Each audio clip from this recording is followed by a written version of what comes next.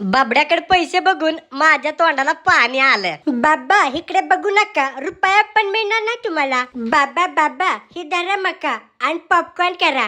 Gas संपला होता म्हणून शिगडी जोडली या आणि पहिली तेलाची खरकाटी कढई तशीच मांडली या शिगडीवर. बायको म्हणते या काल भाजी तळलेलं तेल शिल्लक राहिलंय तीच वापरा. पॉपकॉर्नची मका इगडी असते या, नाहीतर तुम्ही घरचीच वापरचाल आणि म्हणसाल का व्हाय नाही. तेल थोडं तापलं की मका टाकून द्यायची आणि तडतड वाजायला लागलं की परत झाकायची.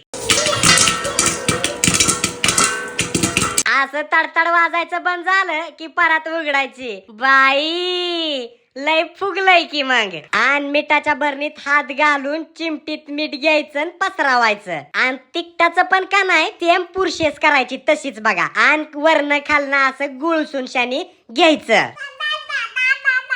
आमचा बाब्या म्हणतोय लयच भारी झालंय बाबा, तुम्हीच खावा.